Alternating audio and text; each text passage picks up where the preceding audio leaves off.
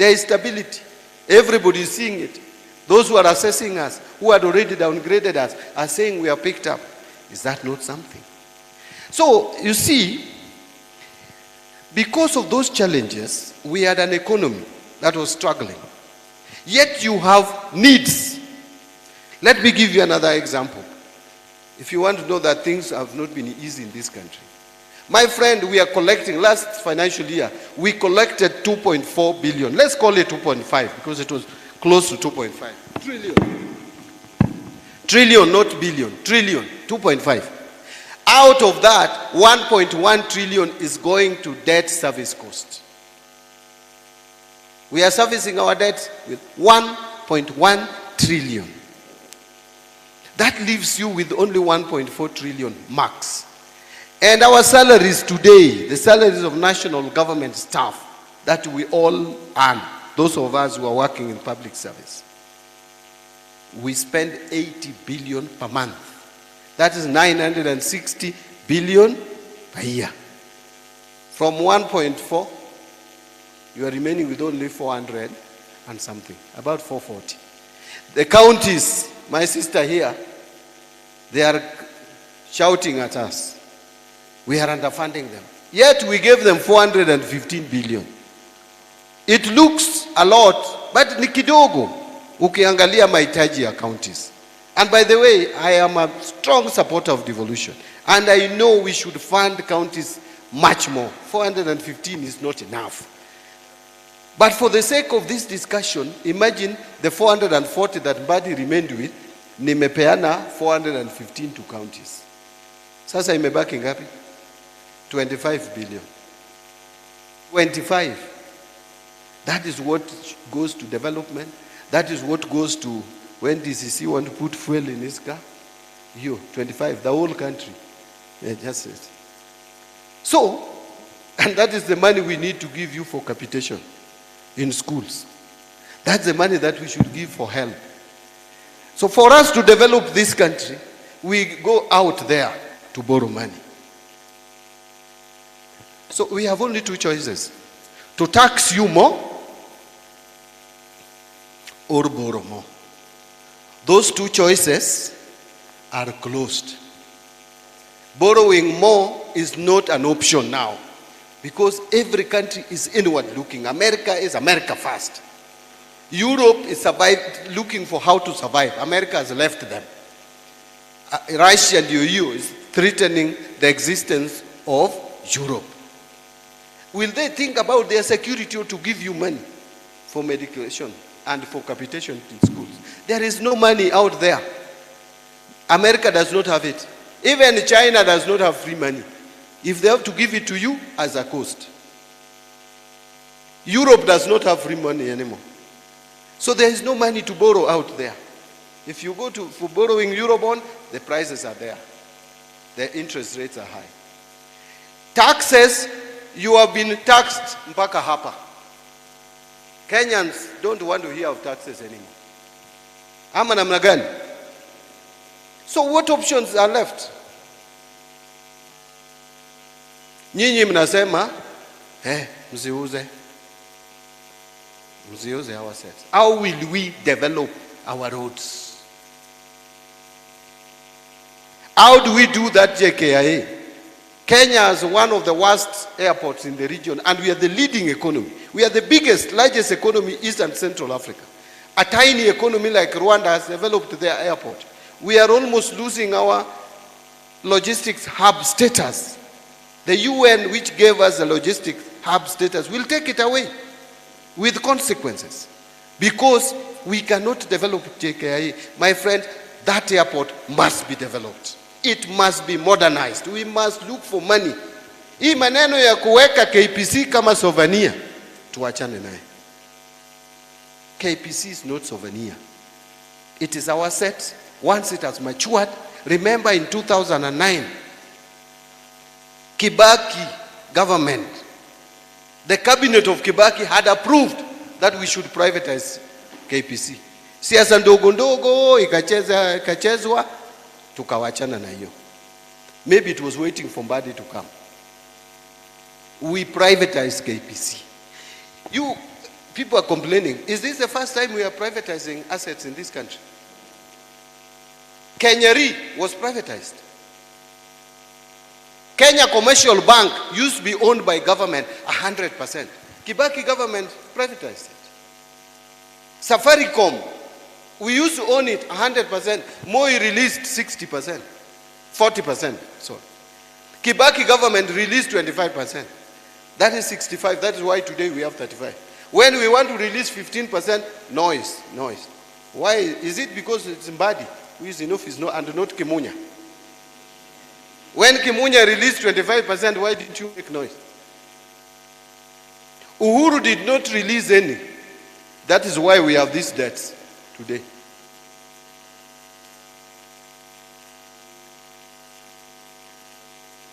Kengen, we released some of the shares. Kengen is now performing better. Safaricom is now doing much better than when the government held 100%. It's now the leading, the most profitable company in Africa, or in the region, in our region, East and Central Africa. Safaricom. If we held more shares as a government, it would still be struggling there with government bureaucracies. The profit that now, the dividend that we are getting from Safaricom today is many times more than what we used to get when it was 100% owned by government, and we are owning 35. When we release 15, 20% may even give us more, because these investors will bring in more capital into it and expand it even in other countries. So, my friends, hii kitu mnaambiwa ati wanauza. First of all, government is not in business or doing business. The government should provide a platform for private sector to thrive in doing business. I keep on telling you that government already owns 30% of your business. Hata ile kiosko yako hiyo kiosk una hold.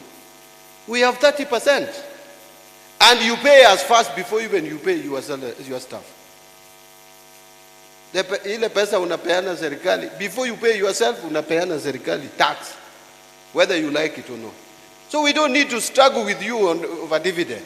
Chukua dividend ukae naye. Mimi, give me tax. We run the government. So now what we are doing with Kenya Pipeline is that we are offering 65% of it for privatization. We are retaining 35. The 65% that we are releasing, 5% of that 65 will be to staff of Kenya Pipeline. 15% will go to oil marketers, both local and external, because oil marketers are the biggest stakeholders in KPC. We want them to have a stake. 20% will go to institutional investors, Kenya. That is pension funds like NSSF or PSSF. We have mutual trust funds. We have insurance companies, those who want to buy but are corporate. Then we have 20% for you and I, the ordinary people, to invest. Then we have 20% for our brothers and sisters in the East African region. We are targeting more particularly Uganda because they are interested in investing here. Uganda provides revenue to KPC of 32%. 32% of KPC revenue comes from Uganda market. That is not a market you can ignore. So we are offering them about 20%. Let them have a stake here. Let them have their representative in the board so that they can have more confidence and continue doing business with us. They shouldn't look south to Tanzania. Should look east. Right? We are giving them 7% of their petroleum products. We are transporting to Uganda. 3% comes from Dar es Salaam. We want 100% even. And then now 20% will go to other investors globally. But the bulk of this is still going to be owned by Kenyans. When we get the money, and we get money from Safaricom, we are projecting to raise 106 billion. And if you see how Ugandans are excited, actually they were very angry that we only allocated 20% to East Africa. And Kenyans are still hesitant. Ugandans are very excited. I was there up to yesterday. I came from Uganda yesterday. They're very excited. They are pushing us, we should increase that percentage. But we told them we have our capital markets authorities, rules and regulations, which cannot allow that. And the national interest. So, if we get this 106 billion, and we are getting 244 billion from Safaricom, that is 350 billion.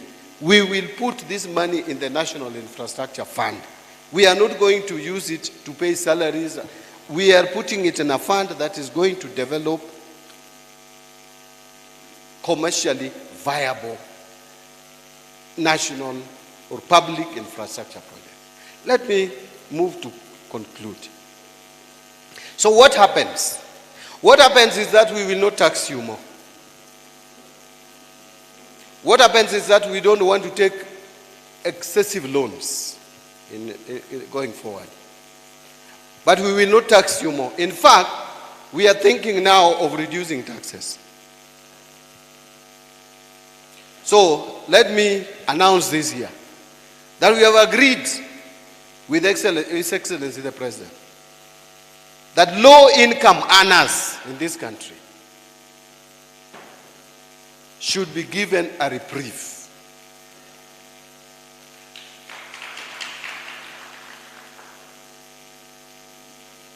We have agreed with His Excellency the President. He has directed me to take to Parliament a proposal. I'm not even waiting for finance bill to come in June.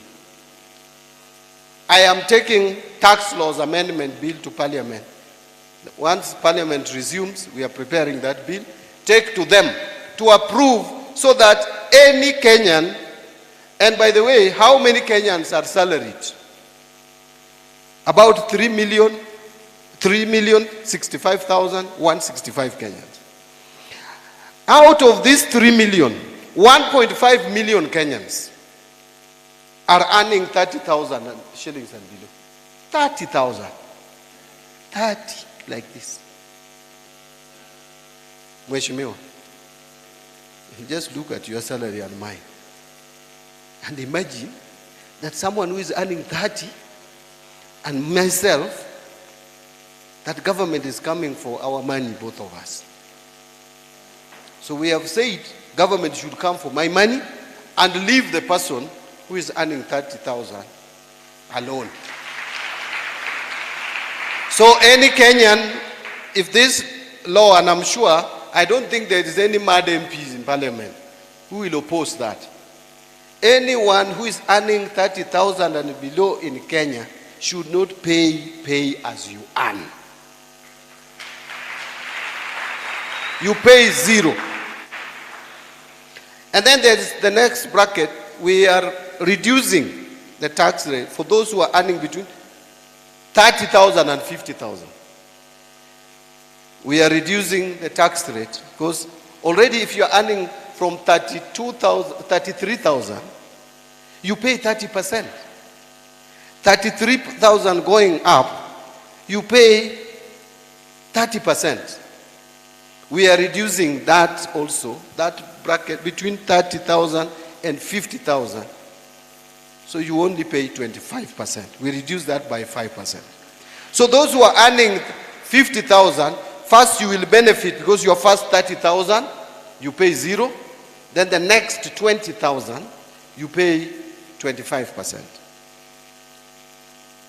We are trying to put some money in your pocket. Because you are complaining. Are you not complaining that you don't have money to buy things? That demand is shrinking. So, and many Kenyans, by the way, that's another 244,000 Kenyans. So we are trying to give a reprieve to 1.7 million Kenyans. And now, we look for other Kenyans out there who have not been paying taxes to also pay tax.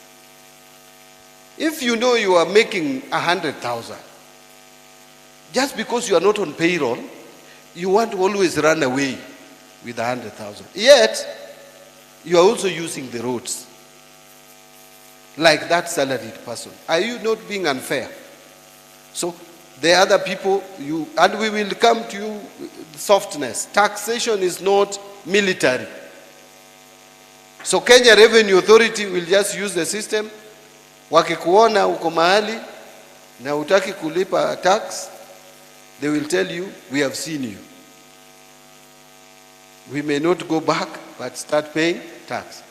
Many of us here own apartments, and you don't even pay rental income tax, which is 7.5%. Please start paying. Utapatikana hivi karibuni. Now we are integrating the system. Hiyo records yako iko lands. Na kama iko lands, unalipa stima. Unless you stop paying electricity, we will get you. Na hata kama ulipi stima, unalipa maji.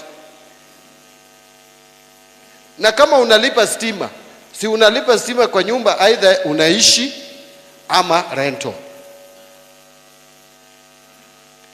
Kama unaishi kwa nyumba, hakuna mtu atakusumbua. Lakini kama ni rental, peana 7.5%. It's not even a lot. You are earning 100,000 from an apartment. We are only coming for 7,500. That is a tax. Give us that money. Imagine, you people should be paying us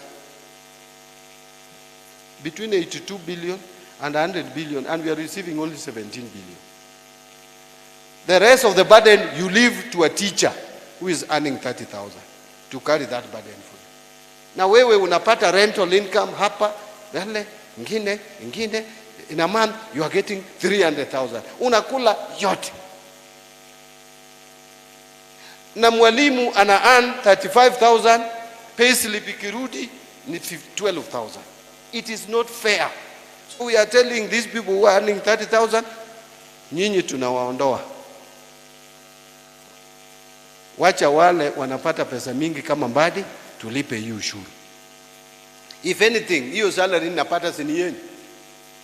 Even if you don't pay tax direct, as pay as you earn, si utanunua sukari, bado utalipa tax, na hiyo ndiyo pesa inalipa Mbadi mishahara. So wacha Mbadi arudishe kono. I should be taxed properly. Hiyo mshahara yangu karibu 1,900 na kitu, ikatwe properly. 200, 300 iende kwa serikali. Si ndio? To educate people, capitation. To educate, tupeana kwa health. So we are going for, actually let me conclude. By the way, the principles of taxation dictate that you should tax wealth.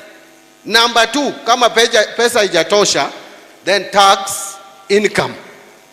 But never tax trade.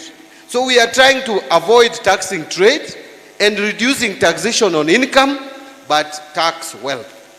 Mshahara inafika mahali mheshimiwa, sasa inakuwa, it beats income, it becomes wealth. Sasa kama una earn mshahara ya 5,000,000, honest, hiyo ni income. Hiyo ni return on employment kweli. Na uko tu na kichwa moja kama watu wengine. Hata kama ni stress, I know there is too much stress. But hiyo sasa ni wealth. So we are coming for just taxing wealth. Just tax wealth. Those who can afford, they are to tax. That is what most countries do. I think I've talked a lot. Have I spoken to anyone in the room? So those of you who are saying, hii serikali ya Ruto imeweka ushuru juu, you should understand where this government found the economy. It was terrible. But we have agreed with the president that now that things are getting better, let's give it back to the public. Let's give back to those who are earning low income. Let's reduce taxes on the people. So this is the beginning. If we see our economy is even doing better, we will even go for VAT. Why not? See, we told you we will reduce salaries, we reduce VAT, we reduce corporation tax, corporate tax. We will go for that. But let's start with these low income earners. we remove the tax. By the way, if you check someone who is earning 50,000, that if you calculate that tax anapata about 2,000 more.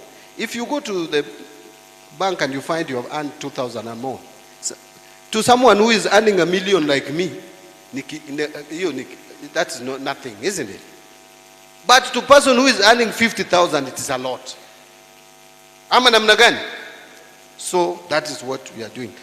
I don't know whether I've addressed. Let me address some of the questions that you asked me quickly. Then I think Mheshimiwa, on the issue of the dwelling of the road, I'm following it up. Why it has taken inordinately too long.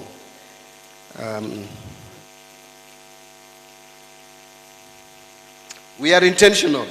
DG, I've answered you. We are intentional in reducing taxpayers' burden. Very intentional.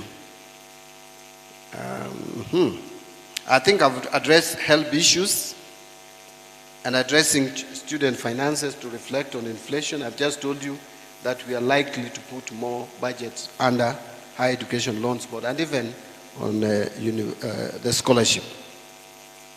Delay in funding, I've addressed that, including TVETs.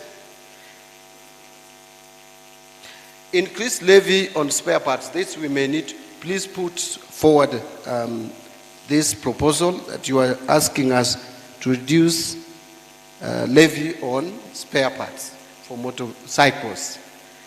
Lakini tukireduce, najua mtanunua motorcycles.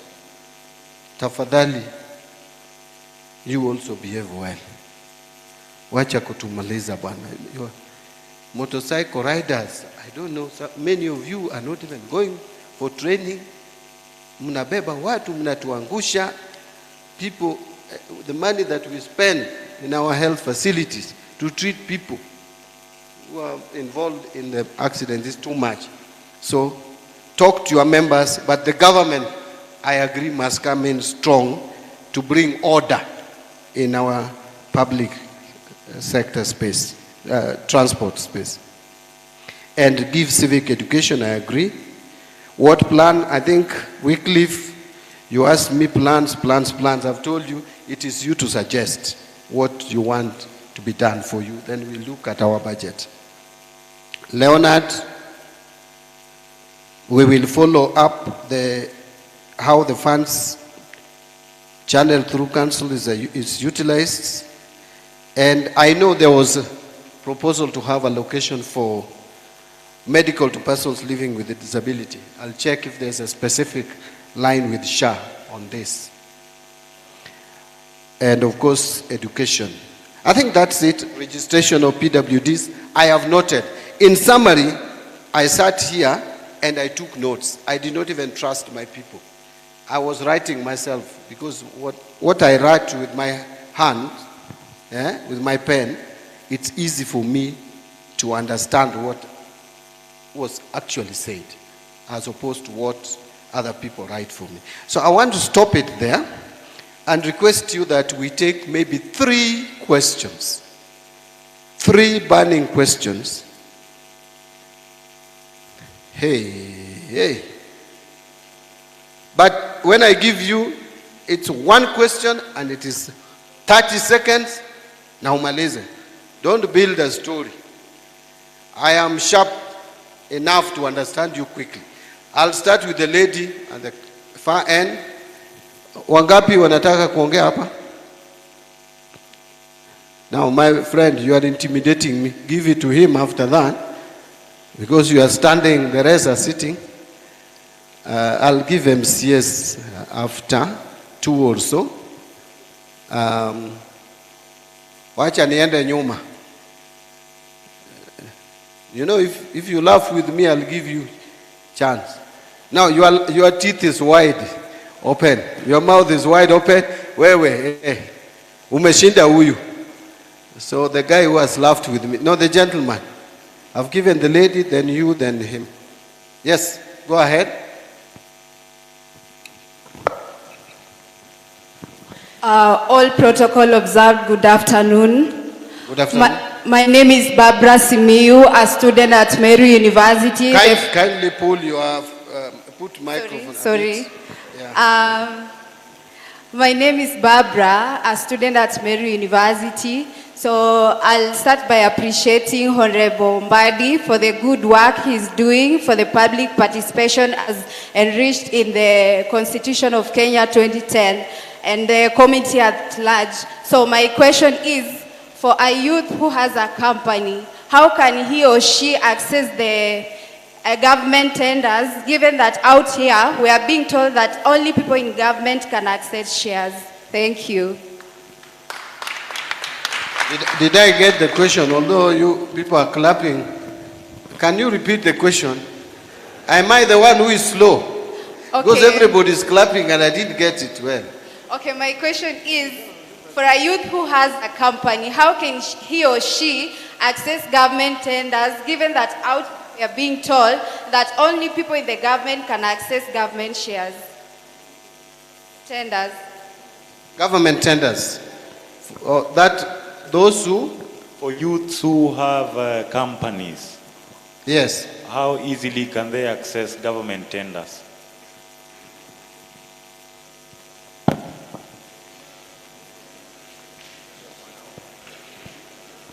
Yes. Comrades Tibim, Comrades Tibim, Comrades Ria, Comrades Zaga Zaga. Thank you, FCPA, CS, Honorable John Mbadi Ngongo. I stand here on the clarion call that Jesus Christ said, give Caesar what belongs to Caesar. So first, I want to appreciate you, Bwana Waziri, for the good lessons that you have told us. One, I want to retaliate and emphasize that us as the youths, we want the privatization of the KPC and the Safaricom to be done, because we want more finances for our future generation, and even your grandchildren will want this finance to be channeled into development.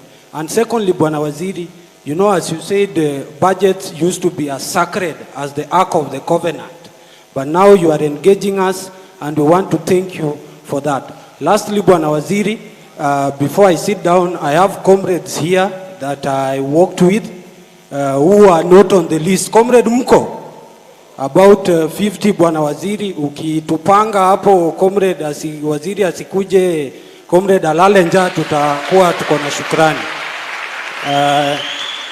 The call inasema vizuri, mwenyeji tulia kidogo, mgeni akikuja mwenyeji apone. So thank you so much, Waziri. And lastly, my question. Waziri, lastly, these comrades here, we have what we call Vijana Economic Front, which is for comrades in these institutions that are here. We normally do car wash. We wash cars for the MPs here and our lecturers. Would wish to get your support. We have a proposal with our secretary there so that we can buy 2 or 3 machines that can help these comrades wasake tonge. Comrades power, comrades ria. Alafu Bwana Waziri usitishwe. Sisi kama comrades wa Meru tuko nyuma yako, na nikikuangalia hivi hapo 2032 kuna venye nitakuangalia na macho mzuri. Waziri 2 term. Thank you so much and God bless you. Okay. Yes. Yes, Bwana Waziri, I'm Wesley, a former student here at the Meru National Polytechnic. Mine is so simple, it's a question about the public debt.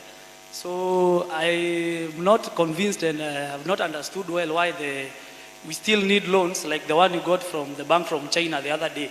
I still do not understand why you still need to get loans, and yet you have explained so well why you have privatized the companies, and Kenyans like us who make very less are willing to live within our means so that we can satisfy the other loans before from the other regime. Thank you. Thank you. Now, I gave three chances. Maybe I'll try if I can get another 3. And that will be it. So just sit down. I've seen you. Access to government tenders. I know there's a legal framework in place reserving 30% for AGPO, these special interest groups, women, youth, the PWDs, and now we have added the elderly as the marginalized. But a lot of times what happens practically is the people who win these tenders, PWDs, youth, women, are not the people in those categories. You find one person has registered a farm, I have PW, and they tell people like me, they tell me, you know, help us. I have all the farms. If you want PWD, I have it. I have the one for the youth, one for the women. Our system has been compromised. So, two things. We are tightening the rules to make sure that only people who are in those categories register the farms. But e-procurement is another way. I know many people don't like this system. But the moment this system will pick up, you will find that it helps us in dealing with this interference. Because human beings being what we are, even if we try to tell you we will do this, we'll do this, you find so many of us don't want functioning systems because we get compromised by the people who are doing those things. So the best way is remove or reduce to the minimum human interaction with the procurement system. The moment you reduce human interaction with the procurement system, then you make it more efficient and you make it more accountable. That's why I've been pushing this e-procurement. This first year it has struggled, but I am sure when we get to 2026-27, now it will pick up without excuses. By the way, many institutions are now using e-procurement perfectly well. The noise has gone down. In fact, some people wanted to blow it out of proportion, that, you know, we are not even absorbing development expenditure because of the system is frustrating us. You go and check our absorption of development expenditure part of the budget. The first half of the year, we only failed to absorb 33 billion, what we were supposed to absorb, which is one of the highest since. Because all the time, development expenditure is absorbed, it's not absorbed 100%. So where is this lie that e-procurement is stalling procurement? It is in the minds of people who want to still continue with a system that is compromised. That is the truth. I know we gave some exemptions. Next financial year, I will not give those exemptions. Everybody must roll into e-procurement, so that we help people who don't know who knows who in government. You must know who knows who. Muache kusumbua mheshimiwa hapa ati unataka tenda. You go to the internet and you apply for tender, you get it, you can see whether you are losing or you are getting. Wacha kusumbua DG here ati unataka county tender. Wacha kunisumbua, wacha nifanye kazi yangu national treasure. Do the tender, use the system, use the tender. If you are losing, you are seeing. If you are not, if you are winning and someone is trying to mess up with you, you can shout because you can see it.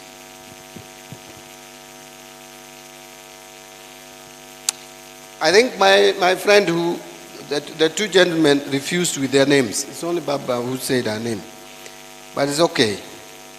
I think my friend, you largely spoke in support of privatization, and you ended up by saying that we should reduce borrowing, where I agree with you. And that was followed by your other colleague who asked, why are we still taking loans? You know, loans, countries will continue to take loans, but we must take it in line with our capacity as an economy. We have been taking loans that we can't pay, and loans that are too expensive, and loans that are long-term, which are short-term to pay, and putting in projects that are long-term. Sometimes, and a lot of times, we take loans for general budgetary support. You cannot even follow through to see where the loan was used, because it is for general budgetary support. So, with this privatization, we will now have space to reduce the loan uptake. We will start by cutting down on loans to a point maybe in future we may not need to take loans at all. But what we need to do is to start reducing our budget deficit. So we'll take out the infrastructure projects that are being funded currently in the budget. We take them out and fund them through this fund. That will reduce the pressure. The money that is released, we will reduce the loans and also channel some to social services like education, like health, which are underfunded today, and others like cash transfers or support to the vulnerable of the society. I think now you'll allow me to just give maybe 2 more. Waheshimiwa, how many of you want to? Can we take 2 to represent you, the MCA, the area MCA? Then you can converse there, one of you to speak. But hakuna mzee ameongea leo hapa. We cannot marginalize wazee. And I've seen a mzee ameweka mkono juu. Mimi nitampea mzee. Mimi niliishi na mzee, ninaogopa wazee, ninawarespect. Mzee, wewe ndiye utaongea kwa niaba ya hao watu wote. Okay, asante sana. CS Mbadi, Minister for Finance, Mheshimiwa Rahim, all protocol observed, ladies and gentlemen. My name is Alex Manyora from Central Mbadi. I was sent by Mheshimiwa to represent him because he was far. I have just a few things to mention. Mine is to start by saying, today, Meru is so lucky to have you. We are blessed. We are born again. And we are sure what has transpired today will become a reality, and we are running behind the 2-term in the Mbadi Central. Mbadi Central, that is the song every day. The people of Central Mbadi sent me with only one word. They look like a person is standing, the way Mheshimiwa Mbadi is standing. Their roads cut from one side to the other. They have only 2. That is the Mati Road and the other road which cuts on the western side. We don't have any road that cuts from the head towards the legs. So the people from west have a lot of problems getting to the east, especially when it is rainy time. We have only started one which has covered 1.6 kilometers, and that is why the song 2-term is all over. In case the other proposed 4 roads are taken care of, that is from Gitole, through Mojwa, through Kaongo, through Medongo, and then from Kiamori down to the Vice President is taken care of, and the road from Mariene through Ikweta, joining with Mheshimiwa Rahim, is completed, and the one from Kedirone through Kariene, going through Gaito, if the 4 are completed, Abodogochi will be served well. Lastly, there is the Mariene University. Mariene University was awarded 500 million by the president sometimes back. We are still waiting so that the university can be completed. Mheshimiwa do something for that one. We have no hospitals. Hospitals in the area, we don't have anything of any level. We are asking that Kidongo becomes level 5 hospital. We have Kaongo level 4, Ndero level 4, and if those ones are given to us, we shall be happy. Those are the few I can ask you for. Thank you. Thank you, Mzee. I think you have represented very well Central Mbadi Central. What I'll do, I'll have a conversation with the MP to get the names of all the roads, you mentioned them.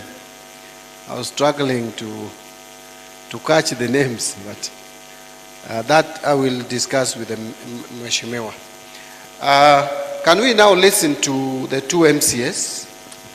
Thank you, Wasili. My name is Caleb, MCA Municipality. Mine is simple. We are working towards a Meru city.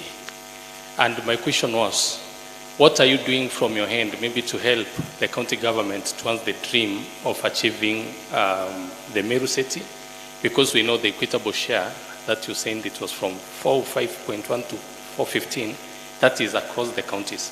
But from your hand, is there anything that the government is doing so that now when we come to the people, we'll be able to mention it better as a government? Thank you. Thank you. Thank you, Waziri. My name is Jim Muchui, MCA for our Koda Adwana, Majority Whip County Assembly of Meru. And Waziri, we have agreed. I do 30 seconds, I give him 30 seconds. He has something burning. My issue is on the issue of... I've given you 1 minute and him 1 minute. Thank you, Waziri. That's generous. Thank you. So, Waziri, my issue and my recommendation is on the issue of TVETs. You understand that we have TVETs in almost every constituency in this country. And previously we used to have 30,000 capitation from government and also 40,000 from HELP. And the students used to join TVETs, they would pay only 2,000 shillings. Right now, Waziri, the students are paying 13 or other institutions 15,000, those who are joining, and those who are continuing are paying some tuition of 5,000. The Karumo TTI is in my ward, which has been best in the country for the last 4 years, consistently. And we normally we have around 7,000 students there. We normally record 2,000 in the intake, in the initial intake. But right now we have recorded around 100. So what I'm saying, Waziri, in this budget, let's go back to where we were and try to see how we sort out that issue. Because if they continue paying, then these institutions will collapse. And the people have invested heavily around those institutions, and there will be no students there. Thank you. Number two, Waziri, you said on help. Again, beyond, I know you have said many things about help. Beyond the issue of delay, there's a problem. This week I was following something from for a student in my ward. And the students are allocated money in the system. And the help says they don't have money. And when I followed, they told me unless they get a supplementary budget, that is when that money can be dispersed.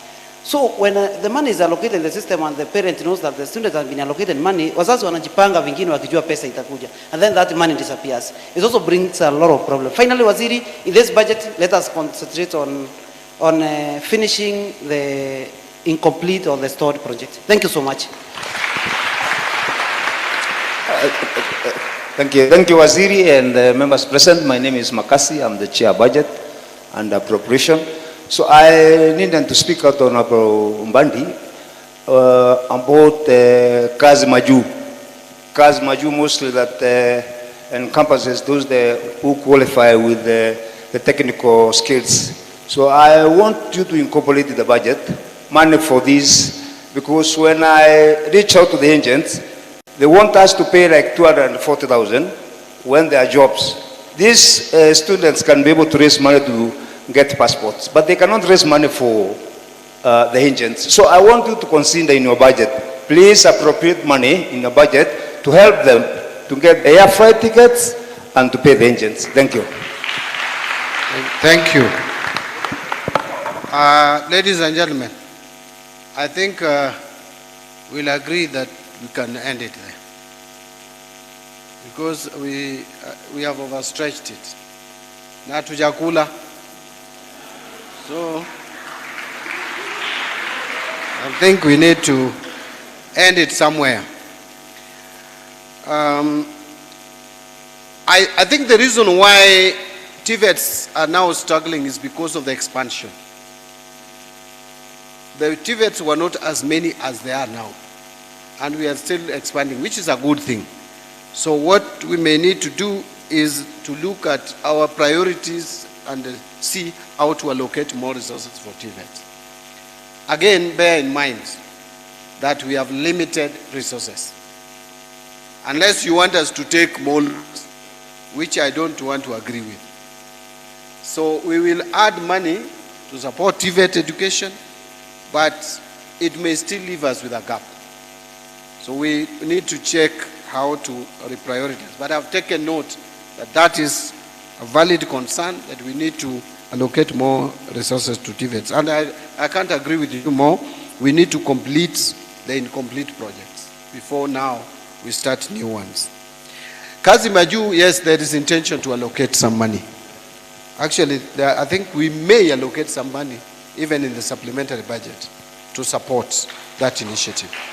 We have already had a conversation with Mutua, the CS, and I promised him that we would put some allocation in the supplementary budget. And going into the main budget, I'm sure we will put more resources to support those who are getting opportunities and is being hampered.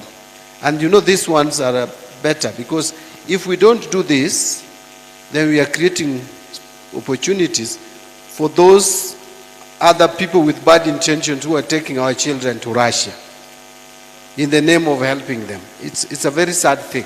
I'm sure you people have been following these stories. It's not something to be happy about when Kenyans are being taken, being misled to go to funny places to fight a war they don't know, whose origin they don't even know, the name of looking for greener pastures. So if we can give more capacity to government for this formal, this structured way of getting Kenyans to get employment, the better. So I agree with you on that. Si ni kama nimejibu kila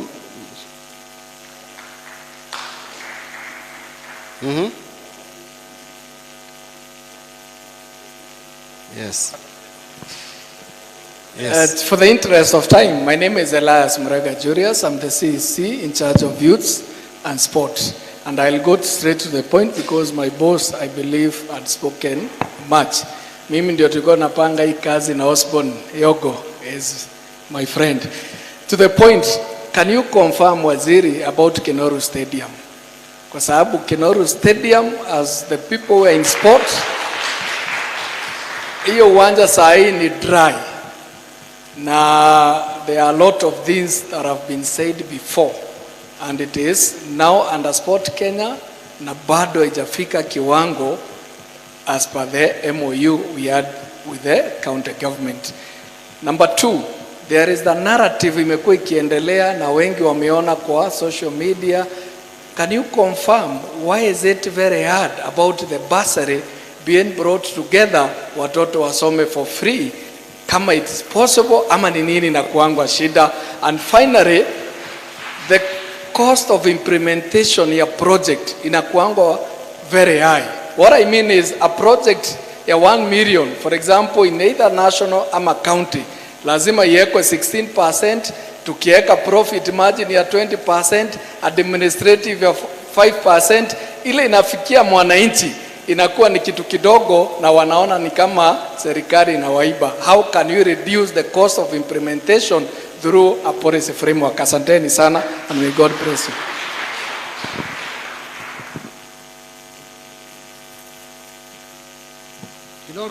Kenoru Stadium, I think this is something I can pick up and find out whether there are plans. I know there are plans to upgrade most of our stadium in the country.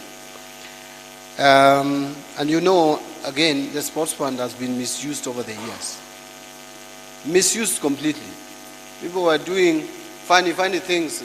Sports Academy, nani fence tu ndio imewekwa na some funny shade, and 50 million is gone. So it is something that I know. First, we are spending some money. Sometimes we use KDF now to do some stadium. We are doing one in Kakamega. I know there's one in Siaya. So and there's one, is it Machakos or Kitui? Either of the two. So we need, I'll pick up this. We see Kenoru Stadium, I think, needs serious upgrade. It's a stadium that has historical name. We have heard about it for years. So that is taken. Cost of implementation of projects is very high. True. By the way, let me tell you one reason why, and it's not because I was MP. I don't see myself being MP again, but this world you can't rule out anything. I may not run again for member of parliament. So whatever I say out of experience. The reason why National Government Constituency Development Fund is succeeding is because the cost of implementation is low. The cost of management is very low. Just go and look at the framework for NGCDF. We must minimize cost of implementation. And one of the reasons is what that girl said. Procurement is faulty.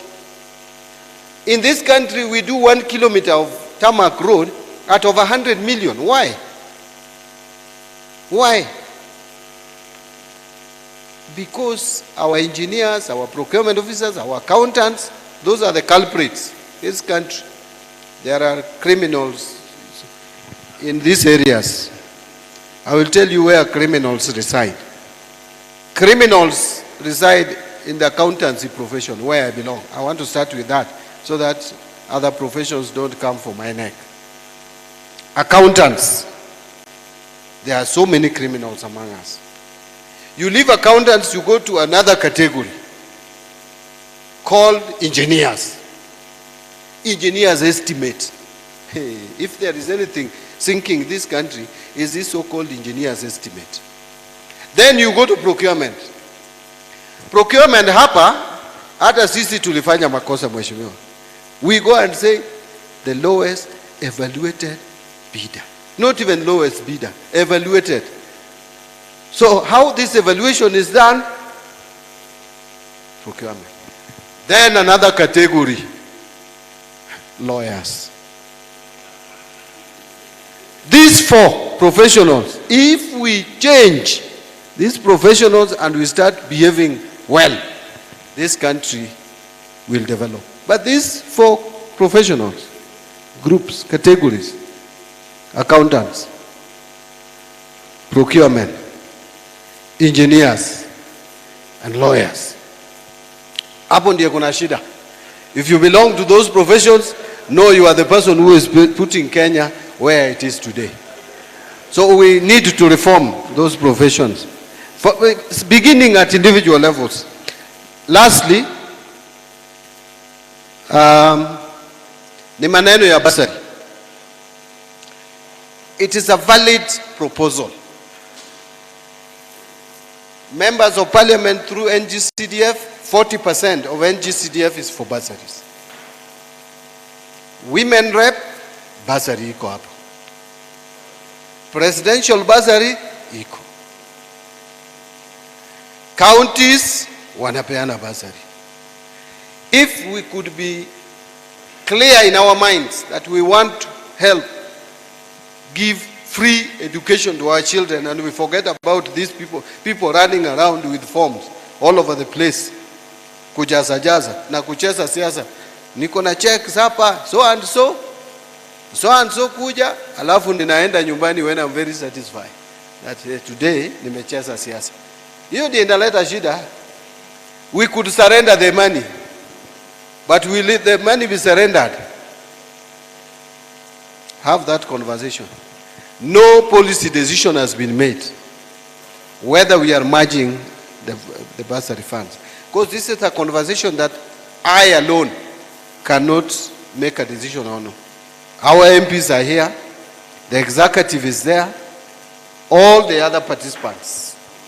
So I want to end it there because I told you I'm going to Nairobi and I don't even know what time it is. Ni saa ngapi? I will come back another day if you welcome me. How many would want me to come again? Na nikirudi, this time nitacheza siasa. Hata mimi nitasema maneno siasa vizuri. Nirudi niseme 2 term. Wangapi wanasema nirudi niseme 2 term?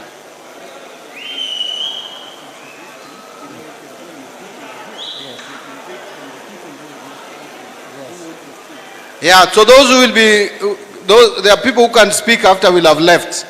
But I want to assure you, I will find opportunity to come back for for a conversation. Tutaongea siasa. You will ask me the performance of government, where we have delivered, where we have not delivered. Na nitajibu yote. All of you, I will answer, each one of you. And I will tell you why tribalism is bad. Sindio? Some of you are tribal here. I am also tribal here. As if I chose to be born a Luo. Something you do not contribute to. Why are you proud about it? Did you choose to be a Meru? If you didn't make a decision to be a Meru, why are you being proud that you are a Meru, other people are useless? That I'm a Luo, other people are useless? What if my mother was married this side? See, I would be a Meru today. So achane na maneno ya ukabila bwana. This country, if it is going down, all of us, regardless of our tribe, let us look for leaders who can move this country from one level to the next. Nitarudi, mkikubali. Nitarudi, niwaongeleze. Asanteni sana. I know there are people who said that their names were not there. I will leave this with my team. They will also be sorted out. Now you said 50. Na hii list yako hii bwana. Hii nini? Hii ni yako eh? Oh, ile ya vijana. But we will get back to you. I thought you were giving me the names of the 50. The names of the 50, my people are here. They will sort you out. Wale wamekuja hapa, hakuna mtu ameget crash. Umekuja hapa because Mbadi came here. You came to see Mbadi and listen to Mbadi. Hata wewe lazima upate kitu kidogo. Ama namna gani? Thank you. Thank you. Let's remain seated. Let's remain seated, please. We are having instructions as we see Waziri